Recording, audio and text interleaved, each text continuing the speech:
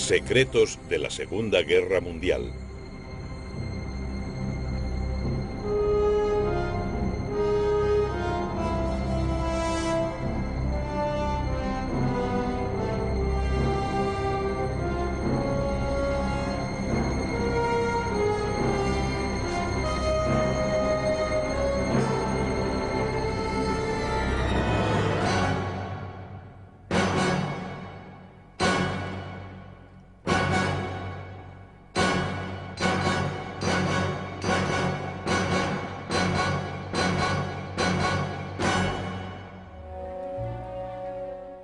Los secretos de la guerra submarina.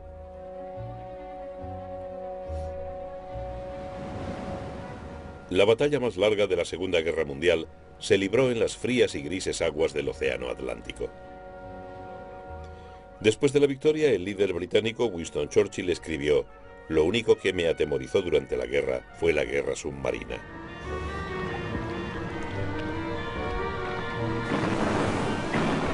Los navíos de línea de la Royal Navy no eran ninguna garantía contra los estragos causados por los submarinos alemanes. La presa de los submarinos fueron los convoyes del Atlántico, frágiles líneas de suministro que transportaban alimentos y materias primas a Inglaterra. Si se cortaban, las industrias de guerra británicas se paralizarían y la población sufriría hambre. La guerra contra los submarinos fue más allá del fondo del mar. Hubo otra y más secreta guerra en los terrenos de esta mansión victoriana en las afueras de Londres. Sin los criptógrafos de Bletchley Park, los submarinos podían haber ganado la batalla del Atlántico y con ella la guerra en Europa. Las cifras de la supervivencia para Churchill y el pueblo británico eran muy estrechas. Al empezar la guerra, en 1939, Gran Bretaña necesitaba importar 55 millones de toneladas de bienes para mantener su nivel de vida. Para lograrlo, mantenía la mayor flota mercante del mundo, 3.000 buques oceánicos y 1.000 grandes barcos de cabotaje. Todos ellos y sus tripulaciones se encontraron en primera línea desde el primer día de la guerra, en septiembre de 1939. Sus peores enemigos fueron los submarinos. Pero en 1939 el comandante alemán de submarinos, el almirante Karl Dönitz, solo disponía de 57 naves, de las que apenas la mitad podía navegar en alta mar. Los británicos ya se habían enfrentado antes a los submarinos. En 1917, en el peor momento de la Primera Guerra Mundial, los submarinos habían hecho una guerra sin tregua en el Atlántico con terribles resultados. Los submarinos casi lograron poner de rodillas a los británicos, provocaron la entrada en guerra de los Estados Unidos y aceleraron la invención por los aliados del sistema del convoy.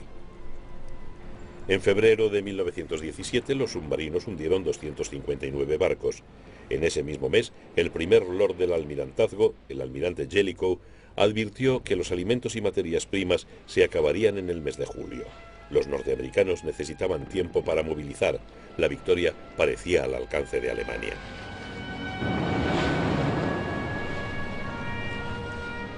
Después de muchas y agudas controversias, se probó el sistema de convoyes en mayo de 1917. Al ir protegido por una escolta y avanzando en zigzag por el océano, un convoy resultaba tan difícil de localizar como un barco aislado y considerablemente más difícil de atacar. Cuando la radio transmitía una alerta de submarinos, los convoyes podían desviarse para evitarlos. Se desarrolló nueva tecnología. Aunque nunca llegó a ser operativo, el sistema ASDIC rompió moldes en la detección de submarinos.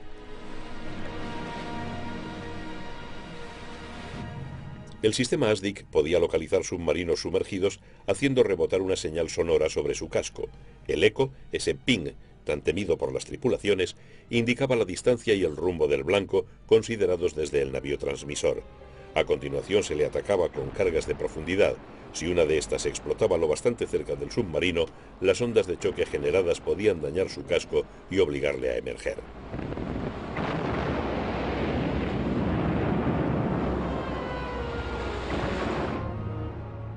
En 1939, la permanente actividad mundial de la Royal Navy garantizaba su superioridad sobre la Kriegsmarine. Los portaaviones, con su posibilidad de extender la supremacía aérea sobre cientos de millas, habían adquirido una importancia crítica. La Armada había desplegado cruceros por todo el mundo, pero andaba escasa de escoltas para convoyes. En Alemania, Hitler se había concentrado en la construcción de una flota de superficie cuyas unidades pesadas pudieran actuar como corsarios. Pero esto era como nadar contra la marea de la historia naval. Esas unidades pesadas jamás fueron un factor decisivo en el Atlántico. Hitler y su comandante en jefe, el almirante Raeder, habían subestimado la importancia de los submarinos como arma y el talento de su comandante, el almirante Karl Dönitz. El interés de Hitler se concentraba en los navíos de línea, como el acorazado Bismarck, botado a principios de 1939 y puesto en servicio en agosto de 1940. Pero el almirante Dönitz era un defensor a ultranza de los submarinos.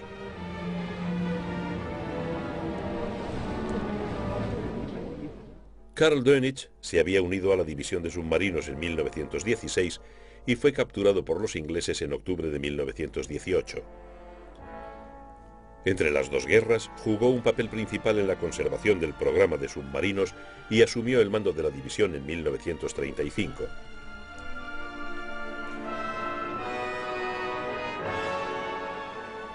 Dönitz era un nazi ferviente con fácil acceso a Hitler,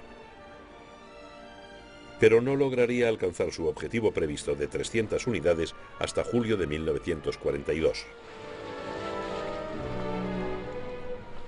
Además, al principio de la guerra, los submarinos de Dönitz recibieron órdenes de no hundir mercantes desarmados sin previo aviso, lo cual no pudo evitar un fatídico incidente ocurrido en la tarde del 3 de septiembre, el día en que Gran Bretaña entró en guerra con Alemania.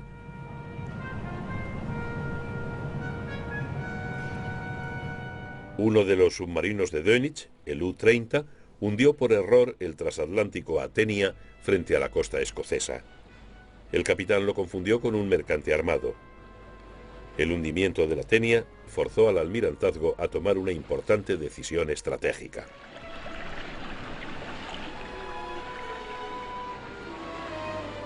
Convencido de que los alemanes habían adoptado una política de guerra submarina total, que no se llevó a efecto hasta agosto de 1940, el almirantazgo organizó inmediatamente convoyes transoceánicos para barcos de entre 9 y 15 nudos de velocidad. Los más lentos tendrían que arriesgarse a solas hasta la creación un año después de los convoyes lentos.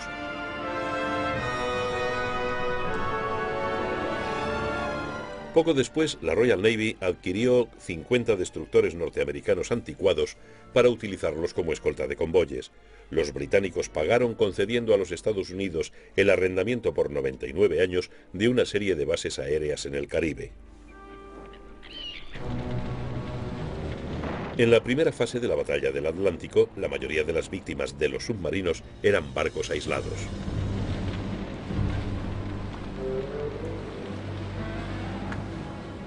Los submarinos también lograron éxitos notables contra los buques de guerra británicos. Hundieron el acorazado Royal Oak en Scapa Flow y el portaaviones Courageous durante una patrulla antisubmarinos.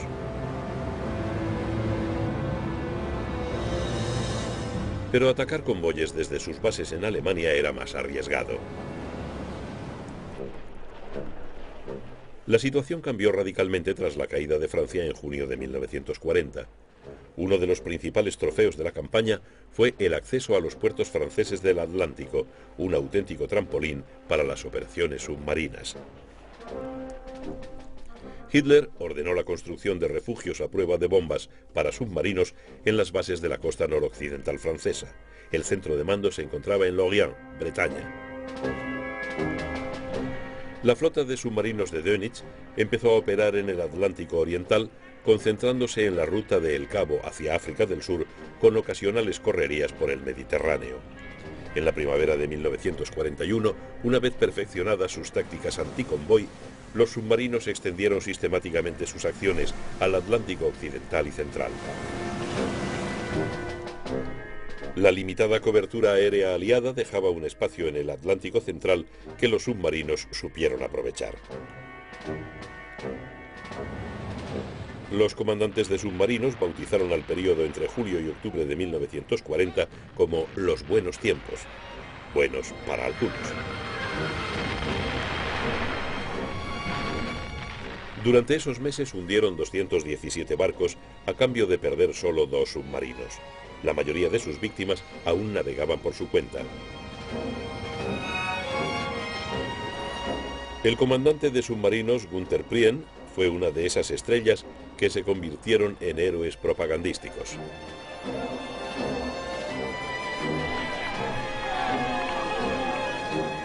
Los comandantes y tripulaciones de Dönitz obtenían buenas ganancias durante los buenos tiempos, y las medallas conseguidas reflejaban su éxito.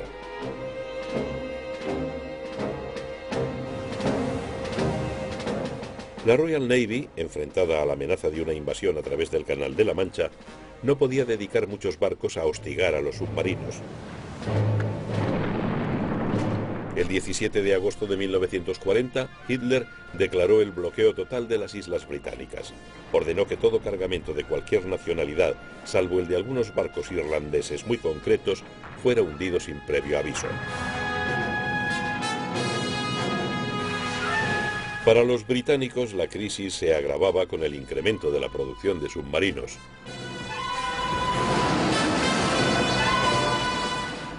Y con la aplicación de la táctica de las jaurías. Dönitz se daba perfecta cuenta de la desigualdad matemática con la que se enfrentaban los submarinos. Dado que la velocidad de un submarino sumergido era a menudo inferior a la de un mercante, si el capitán situaba erróneamente a su submarino al atacar un convoy, tendría que esperar mucho tiempo antes de que llegara otro, e incluso entonces no tendría ninguna seguridad de estar bien situado respecto del nuevo blanco.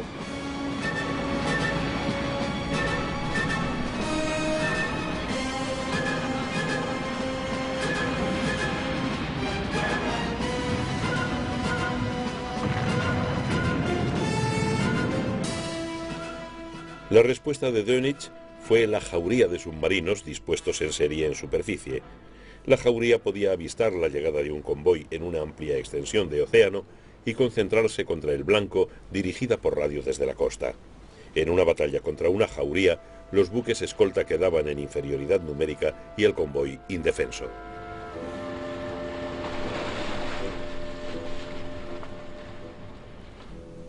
En esta fase de la guerra, los escoltas eran escasos. Una media de 3 destructores y una corbeta por cada 40 mercantes, para un viaje de 4.500 kilómetros por el Atlántico. El mecanismo sónico de detección de submarinos sumergidos, ASDIC, no llegaba más allá de los 1000 metros y solo proporcionaba el radio de acción y el rumbo, pero no la profundidad. La lectura de profundidades no se logró hasta 1944.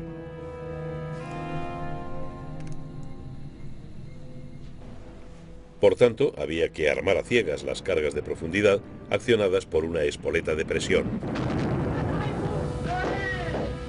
Si no explotaban cerca del casco del submarino, este seguiría en condiciones de luchar otro día.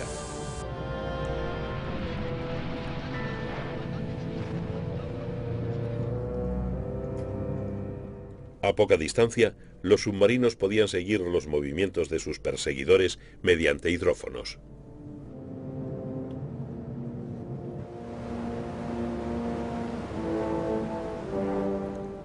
La mayoría de los ataques de submarinos se realizaba de noche. El radar podía haber sido útil contra ellos, pero era un instrumento demasiado primitivo todavía para ser eficaz contra un enjambre de submarinos a cubierto de la oscuridad.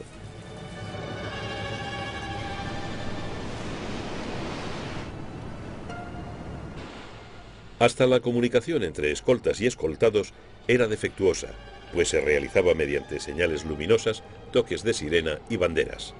El radioteléfono no se implantó en los buques de escolta hasta finales de 1940. La amenaza de los submarinos aumentaba.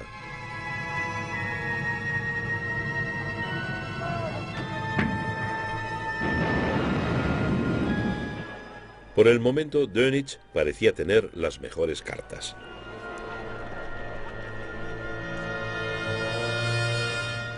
Pero incluso durante el mayor peligro de invasión, en las peores horas de julio de 1940, la Royal Navy empezaba a devolver los golpes. Los comandantes de escolta aprendían su oficio en Tobermory, en la isla escocesa de Mull, cuartel general de la base de entrenamiento HMS Western Isle, bajo la atenta mirada del exigente Comodoro Gilbert o Stevenson. Stevenson, también llamado el terror de Tobermory, inculcaba en sus cursillistas una nueva disciplina que salvaría muchos cargamentos y muchas vidas.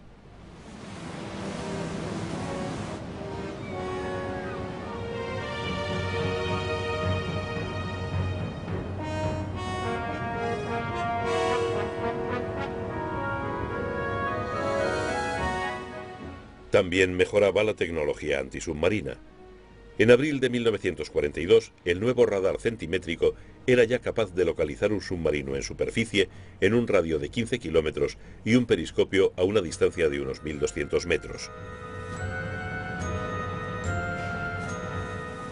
El problema siguiente era diseñar un aparato que pudiera montarse en un avión. El columpio tecnológico iba y venía. Del otro lado, el servicio de escucha alemán B-Dienst interceptaba los radiogramas y las transmisiones codificadas de la Royal Navy para situar los convoyes y conocer sus órdenes. El B-Dienst descodificaba hasta 2.000 transmisiones británicas por semana.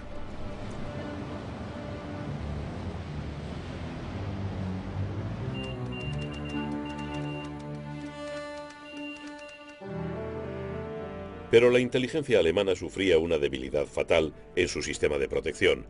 Todos los submarinos iban equipados con una máquina Enigma. Los criptógrafos británicos de Bletchley Park y el servicio de escucha Y leían todas las transmisiones en Morse de Enigma hacia su base de Lorient.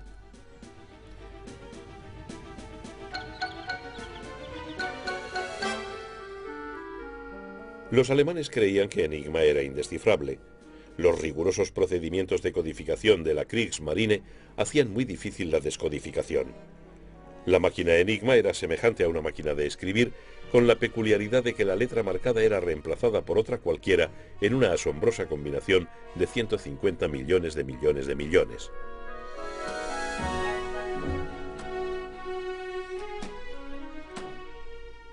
Dado el casi infinito número de combinaciones a disposición del criptógrafo y la frecuencia de sus variaciones, los alemanes estaban convencidos de que el sistema era seguro.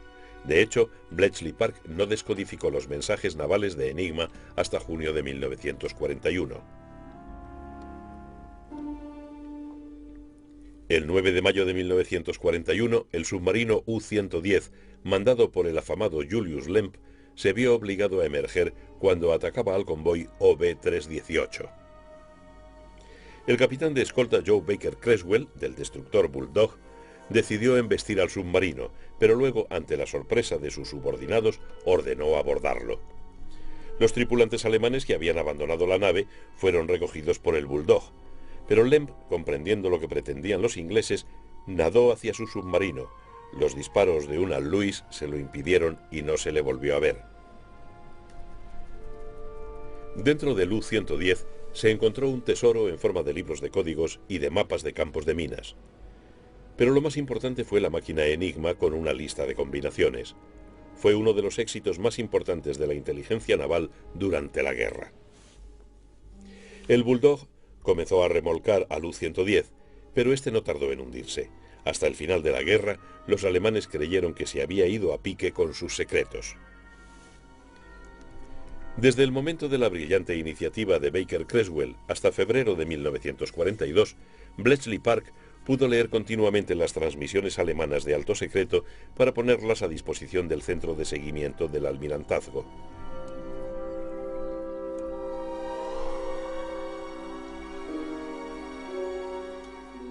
Luego, la inclusión de un cuarto cilindro en la máquina devolvió a los criptógrafos británicos a la casilla de salida. Pero en noviembre de 1942, el HMS Petard capturó uno de los nuevos cilindros en el Mediterráneo a bordo del U-559. De nuevo se pudieron descifrar las transmisiones. La descodificación de los mensajes de Enigma permitió reorientar los convoyes apartándolos de las jaurías de submarinos. Se ha calculado que en los meses posteriores al incidente del U-110 se salvaron unos 350 barcos con una carga de 1,5 millones de toneladas. También proporcionó a los británicos un respiro que aprovecharon para incrementar su arsenal antisubmarino.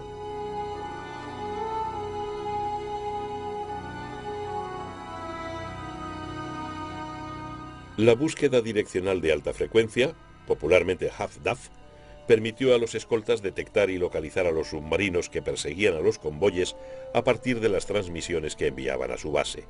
Los convoyes podían entonces cambiar de rumbo y, si estos estaban disponibles, llamar a los cazas.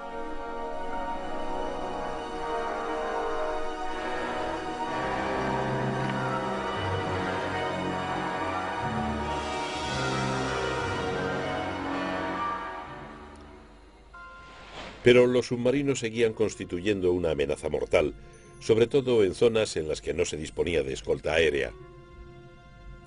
Los submarinos a menudo trabajaban en equipo con los bombarderos de reconocimiento de gran autonomía Focke-Wulf 200 Cóndor.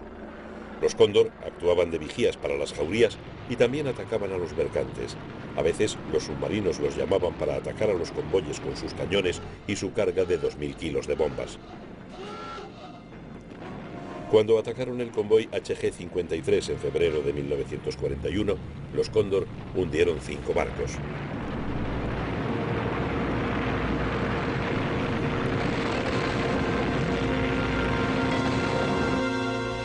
Una posibilidad de proporcionar cobertura aérea a los convoyes era montar una catapulta de aeronaves en un mercante, transformándolo en un buque CAM. Estos buques transportaban un caza Hawker Hurricane que podía ser lanzado desde cubierta mediante la catapulta. Tras cumplir la misión, el piloto debía amerizar cerca del CAM o saltar en paracaídas. También se utilizaron transportes de escolta. El primero en entrar en servicio en junio de 1941 fue el Audacity, reconvertido irónicamente a partir del casco de un transatlántico alemán. Más tarde, los Estados Unidos produjeron masivamente transportes de escolta, no solo como piedra angular de una fuerza de choque autoprotegida de defensa de convoyes, sino para luchar directamente contra los submarinos.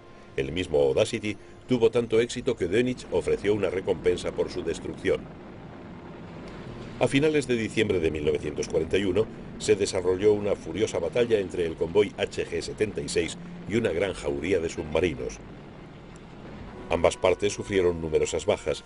Una de las víctimas fue el U-567, capitaneado por el comandante estelar de Dönitz, Engelbert Endras. Otra fue el Audacity, hundido por 4 torpedos disparados por el U-751. La batalla continuó hasta que el convoy alcanzó la zona de cobertura aérea.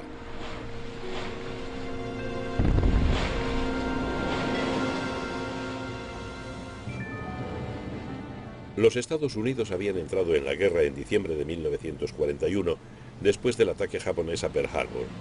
Pero ya antes de esto, la Armada americana se había visto envuelta en la batalla del Atlántico. Desde septiembre de 1941, aunque técnicamente no beligerantes, los americanos habían escoltado convoyes desde unos 600 kilómetros al oeste de Islandia.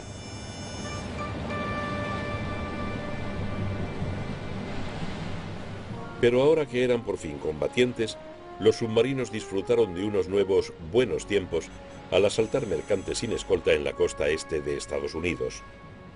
Desde enero de 1942, una docena de submarinos recorría permanentemente esas aguas y las del Golfo de México. Conseguían buenos botines, moviéndose hacia el sur en febrero, hacia donde las brillantes luces de Miami aún atraían a los turistas.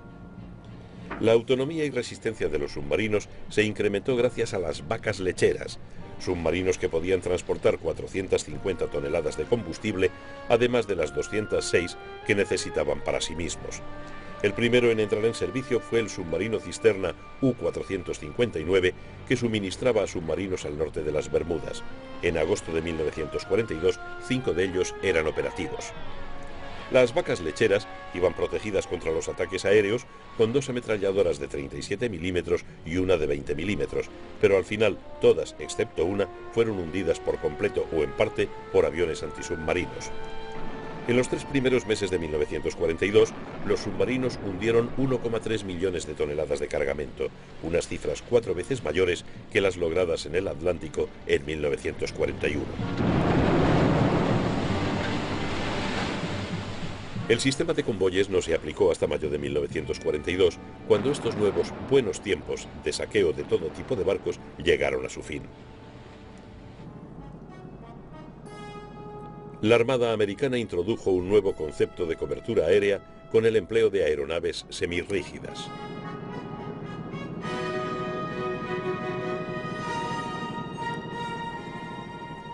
Los dirigibles resultaron ser un arma muy eficaz en la guerra contra los submarinos.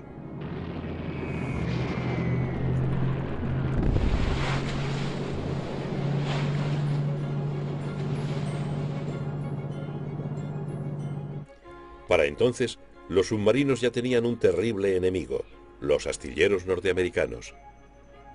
Dos conceptos tuvieron una importancia vital: el buque cisterna estandarizado, el T-10, y un carguero, el Liberty Ship. Ambos eran grandes y rápidos, comparados con sus equivalentes prebélicos, y como eran prefabricados, se construían rápidamente. En el otoño de 1942, los astilleros norteamericanos botaban 3 Liberty Ships diarios. En noviembre, construyeron el Rover y Peary, partiendo de la quilla en 4 días. En Inglaterra, el nombramiento de un especialista en submarinos, el almirante Sir Max Horton, como comandante en jefe del acceso occidental, trajo un nuevo impulso a la guerra antisubmarinos. Ahora Horton disponía de las armas necesarias para atacar a los submarinos.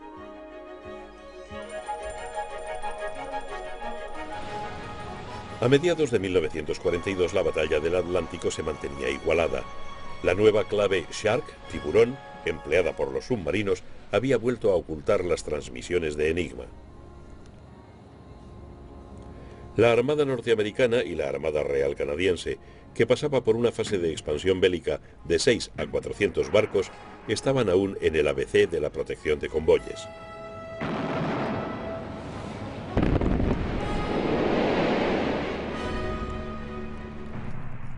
En Inglaterra, el mando de costa de la RAF estaba empeñado en una dura lucha con el mando de bombarderos para conseguir unidades de gran autonomía.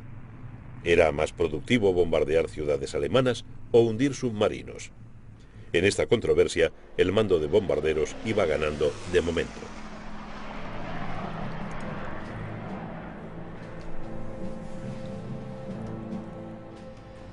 Ahora, por primera vez, Dönitz disponía de los 300 submarinos que necesitaba para cortar ese cordón umbilical atlántico de Inglaterra.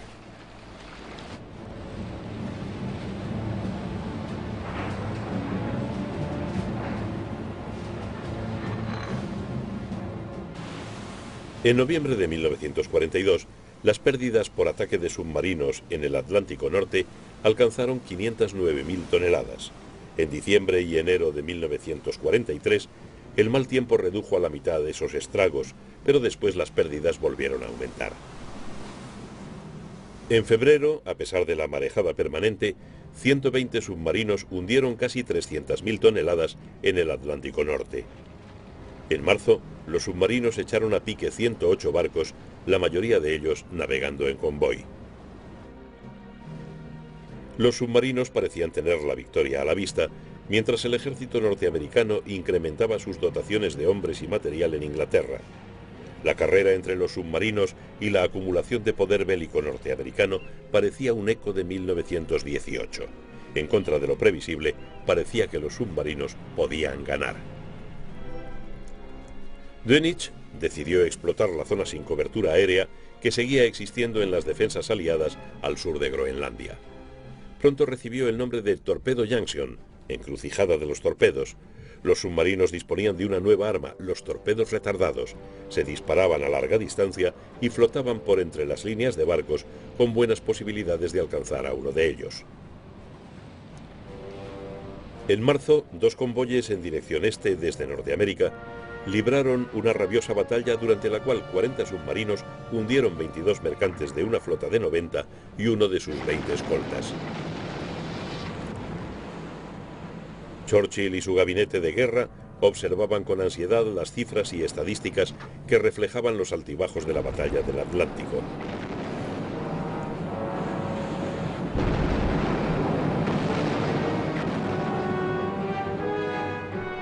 Pero en esta incesante guerra de cifras, Dönitz iba a recibir una desagradable sorpresa, y es que las pérdidas aliadas solo mostraban una parte de la cuestión.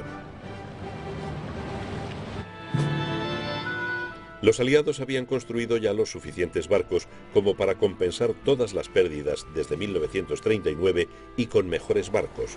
En cambio, las pérdidas de submarinos comenzaban a igualarse con las botaduras a una media mensual de 15 unidades.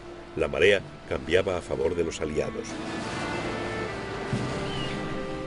En la guerra informativa, los criptógrafos de Bletchley Park habían vuelto a abrirse camino.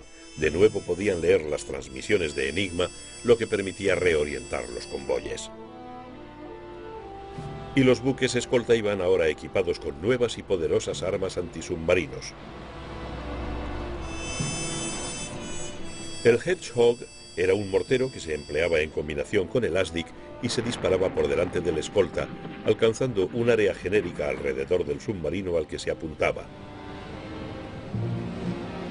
Este sistema tenía la ventaja de no interrumpir el contacto ASDIC, salvo en caso de hacer diana, lo que obligaría al submarino a emerger.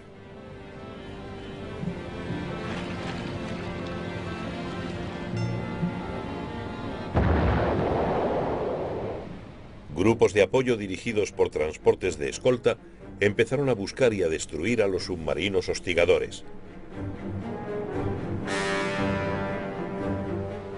Los convoyes se convirtieron en el cebo para atraer a las jaurías a un enfrentamiento frontal con los grupos de apoyo.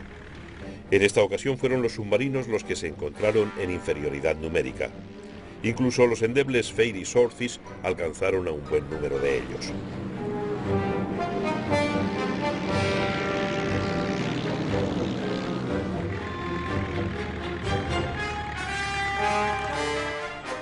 La tecnología aliada proporcionó la clave. El radar centimétrico, con su mayor alcance y resistencia a las interferencias, podía adaptarse a un aparato antisubmarino como el Shore Sunderland, denominado por los alemanes puercoespín volador.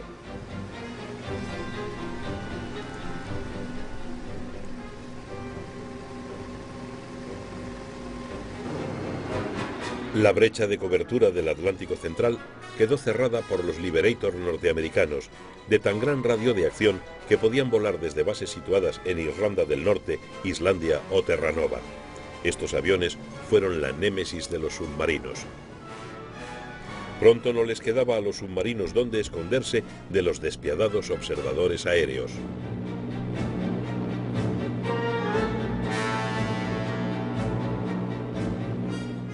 El magnetómetro de cámara era la clave del radar centimétrico.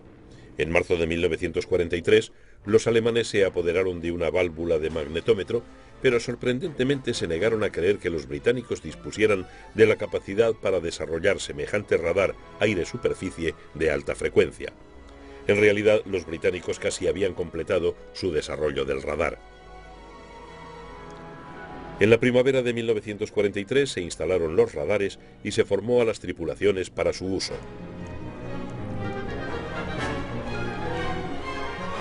Las pérdidas de submarinos empezaron a aumentar.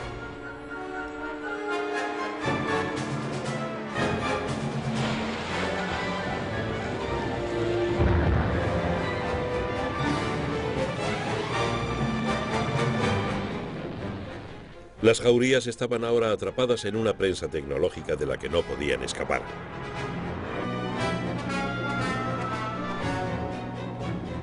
El poder aéreo conseguido por el mando de costa tras la ofensiva de bombarderos hacía estragos.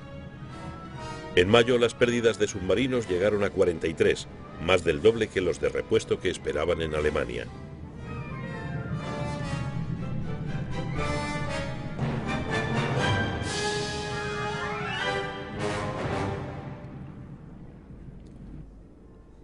La noche ya no proporcionaba cobertura a las jaurías.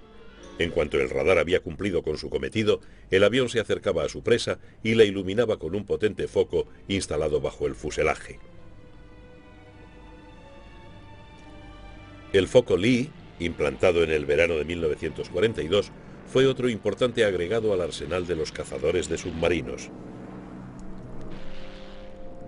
Al final de la guerra, 218 submarinos habían sido atacados por la noche.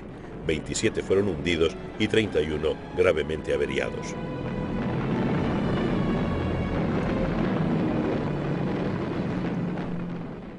Los portaaviones de escolta iban ahora armados con minas Mk-24. En realidad, la Mk-24 era un torpedo que se dirigía siguiendo el ruido de las hélices del submarino.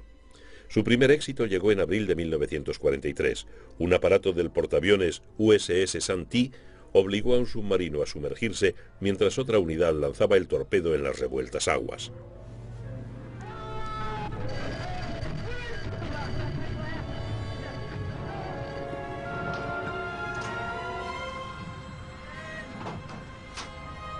La amenaza aérea estaba estrangulando las operaciones de submarinos. Al principio, Dönitz ordenó que sus comandantes plantaran cara en el Golfo de Vizcaya, pero el incremento de las pérdidas les obligó a pasar al Atlántico Norte en inmersión. En mayo de 1943 ya no quedaban brechas de cobertura que las jaurías pudiesen explotar. Sus patrullas se dispersaron. Cuando se concentraban, los aviones aliados les estaban esperando.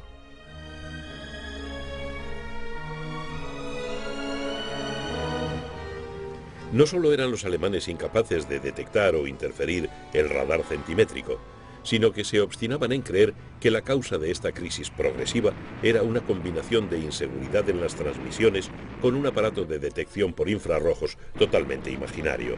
Los alemanes tenían interés en semejante aparato, pero no los británicos. En mayo de 1943, Dönitz perdió 43 submarinos, un ritmo que sobrepasaba con creces la capacidad de reposición de los arsenales alemanes. A principios de mayo, no menos de 42 submarinos atacaron al convoy ONS-5. Hundieron una docena de mercantes, pero perdieron 6 naves y otras 12 fueron gravemente dañadas.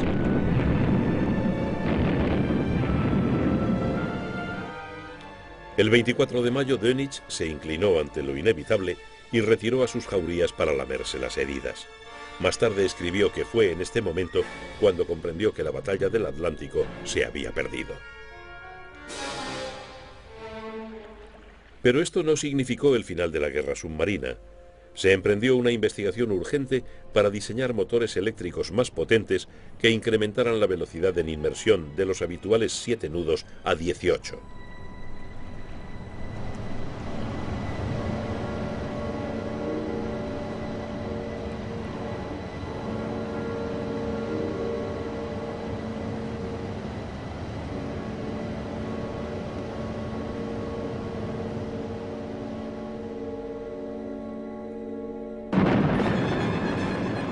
Mientras tanto, los alemanes se esforzaban por restañar las pérdidas que ocurrían sobre todo en superficie. La respuesta fue el snorkel, un tubo de respiración que podía elevarse por encima de la superficie como un mástil y que permitía largas inmersiones empleando energía diésel en lugar de eléctrica. La desventaja del snorkel era que, al igual que el periscopio, dejaba un rastro de espuma y una señal de radar. La réplica aliada fue el Squid, calamar, un sistema de morteros de 3 tambores conectado a un sonar avanzado que le proporcionaba la profundidad exacta del blanco. Esto permitía armar las cargas con exactitud para que detonasen a la misma profundidad que el blanco.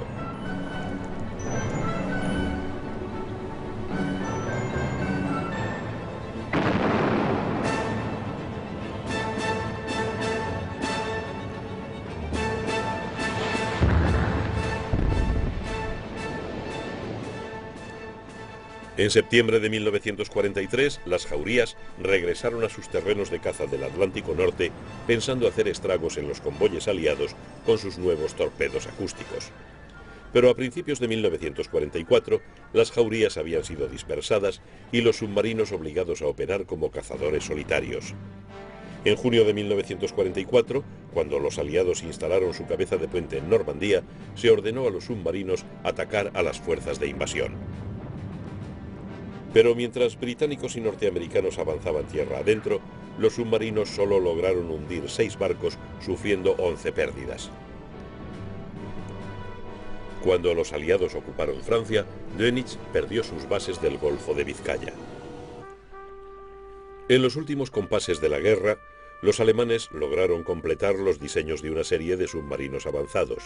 El más prometedor de ellos era el Tipo 21.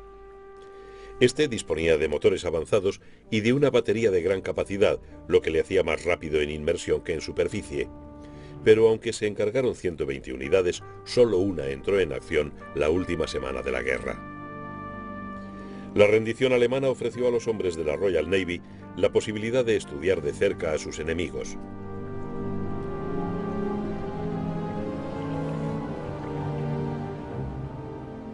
Eran los supervivientes de la campaña más costosa de la Segunda Guerra Mundial.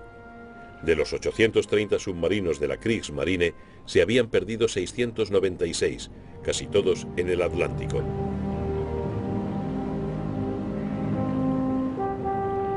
La media general de bajas entre las tripulaciones era del 75%, mayor que la de cualquier otra sección de combate. Los submarinos reivindicaron el hundimiento de casi 2.500 mercantes, pero habían perdido la batalla del Atlántico. Estas cifras sobrepasaban con mucho a las de la guerra en el Mediterráneo, aunque aquí también se había dado una lucha a vida o muerte por la hegemonía. Los submarinos alemanes e italianos se concentraron en cortar las líneas de suministro aliadas a la isla fortificada de Malta con algunos éxitos rotundos. En noviembre de 1941, el U-81 torpedeó y hundió el portaaviones Ar-Royal. En menos de una semana, otro submarino reivindicó el hundimiento del acorazado Barham.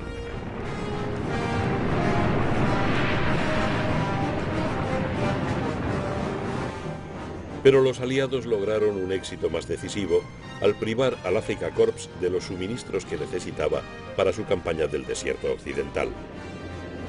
El comandante del Afrika Korps, Erwin Rommel, dependía por completo de los convoyes del eje enviados desde Italia, pero sufrieron abrumadoras pérdidas a manos de los submarinos y aviones británicos.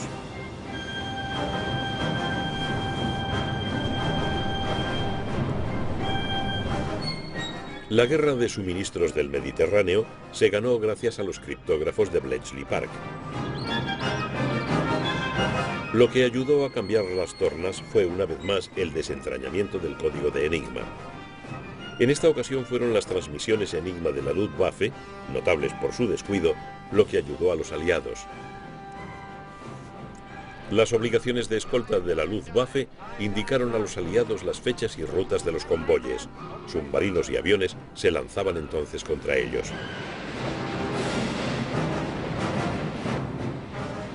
La práctica habitual con Enigma consistía en inventar una historia de cobertura para ocultar esta fuente de información vital.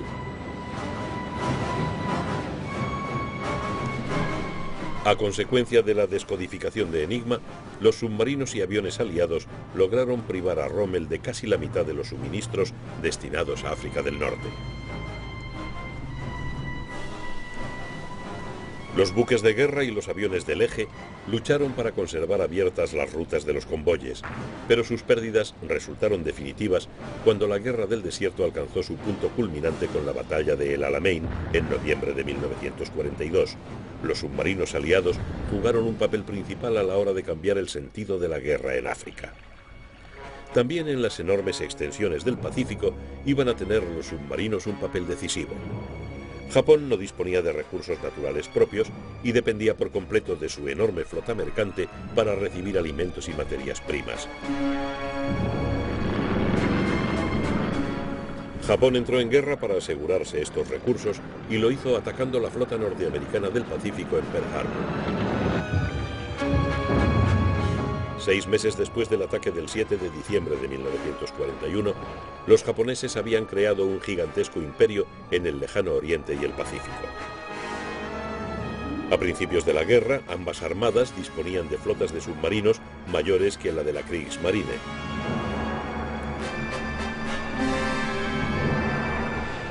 También las naves eran mucho mayores, pues se diseñaron para cruzar las extensiones del Pacífico.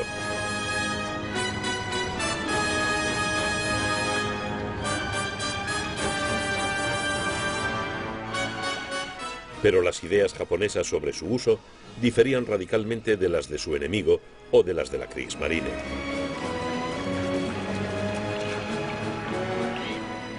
Su alto mando naval consideraba a las fuerzas submarinas como un añadido a la flota de superficie para entablar combates importantes con los acorazados y portaaviones enemigos.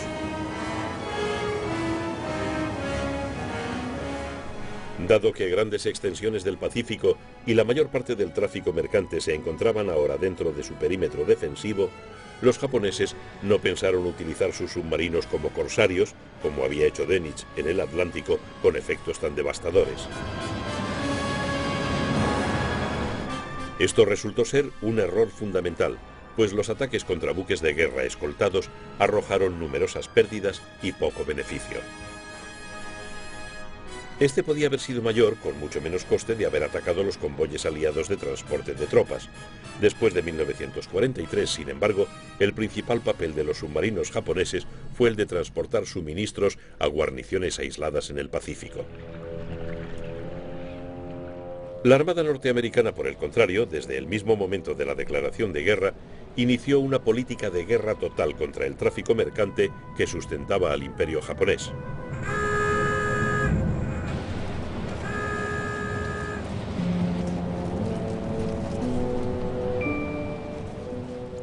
Al principio, los submarinos norteamericanos luchaban por lograr un impacto. Tenían que actuar a ciegas, sin las ventajas del radar. Además, sus torpedos tenían un serio defecto de fabricación, por lo que 1 de cada 3 no funcionaba correctamente. Eran días difíciles para los submarinos americanos. Las naves partían para largos viajes con víveres para 60 días. Los 80 hombres de sus tripulaciones vivían en condiciones penosas. Pero al igual que los británicos, los norteamericanos disfrutaban de una ventaja inestimable, el equivalente naval de Bletchley Park, la estación Haipo en Hawái. Allí es donde los criptógrafos norteamericanos descifraron el código naval japonés JN-25. Este éxito garantizó la victoria de Midway en junio de 1942, punto de inflexión de la guerra. El JN-25 no fue el único código enemigo descifrado por norteamericanos y británicos. También habían logrado acceder a los códigos mercantes Maru.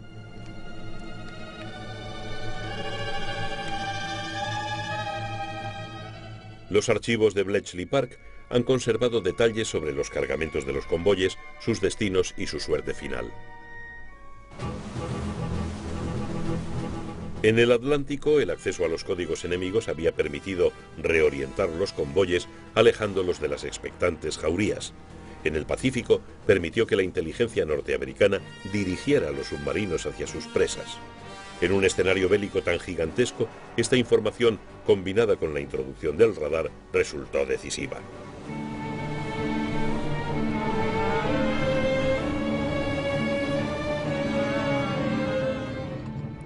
A menudo los convoyes japoneses navegaban en grupos pequeños, escoltados por un puñado de destructores obsoletos. Para los submarinos norteamericanos, guiados por los criptógrafos y los radares de a bordo, acabar con ellos era coser y cantar.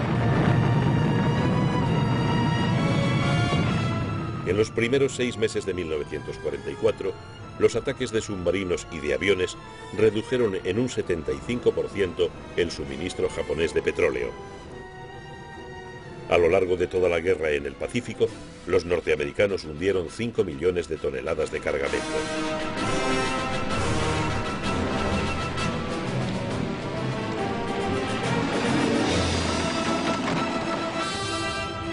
En su territorio, la producción de guerra japonesa cayó a la mitad.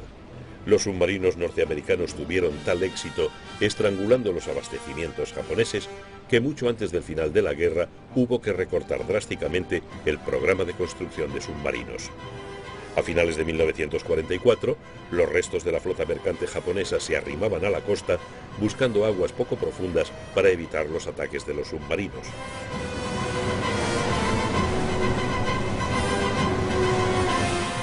Los submarinos se quedaban sin objetivos y los japoneses se quedaban sin comer. Cuando quedó cerrado el grifo del petróleo, el transporte y la calefacción desaparecieron. La industria japonesa se detuvo. A finales de la guerra, las víctimas de los submarinos incluían submarinos alemanes que navegaban por el Pacífico hacia Japón. A menudo las transmisiones de Enigma describían sus cargamentos. Consistían en aviones a reacción desmontados, materiales para el proyecto japonés de bomba atómica e, irónicamente, grandes cantidades de máquinas Enigma. Cuando la guerra llegó a su fin en agosto de 1945, Japón disponía aún de 5 millones de soldados y 11.000 aviones en el terreno de operaciones, pero no podían moverse sin los alimentos o el combustible que los submarinos norteamericanos les negaban. Además de destruir 1.178 buques mercantes japoneses, los submarinos norteamericanos hundieron 214 buques de guerra y actuaron como naves de suministro y de transporte para desembarcar fuerzas de comandos. También sembraron minas y rescataron a pilotos derribados. Pero su mayor logro bélico fue cortar los suministros japoneses de materias primas. A cambio de la pérdida de 49 naves, habían jugado un papel esencial en la victoria aliada. En las cálidas aguas del Pacífico, los submarinos norteamericanos habían conseguido lo que las naves de Dönitz estuvieron a punto de lograr en las grises aguas del Atlántico. Fue un combate muy reñido.